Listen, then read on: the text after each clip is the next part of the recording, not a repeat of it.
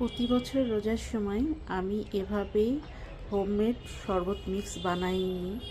কারণ শরবতটা শুধু খাওয়ার চেয়ে তার সাথে আপনি যদি বিভিন্ন রকমের উপকারী সিড মিলিয়ে একটা মিক্স তৈরি করে খান, তাহলে এটা শরীরের জন্য, পেটের জন্য এবং সারাদিন রোজা রাখার পরে যে একটা ক্লান্তি চলে আসে, সেটা সব কিছুর জন্যই ভালো। কারণ এখানে বিভিন্ন ধরনের উপাদান রয়েছে, প্রতিটা উপাদানের নিজস্ব গুণাগুণ আছে।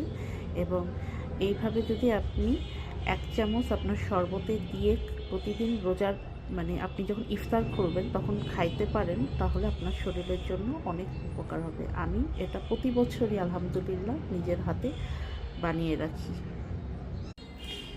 এই যে দেখেন, তৈরি হয়ে গিয়েছে আমার হোমমেড শরবত মিক্স।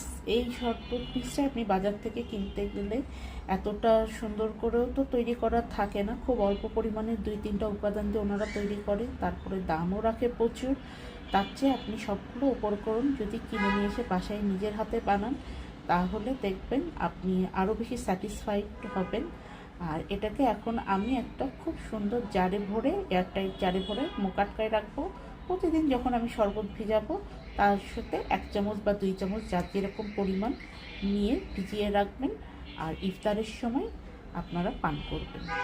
সবাই সুস্থ শরীরে সুস্থ মনে রোজাগুলো সম্পূর্ণ করুন। আমাদের জন্য দোয়া রাখবেন, আপনাদের জন্য অনেক দোয়া ভালোবাসা। আল্লাহ হাফিজ।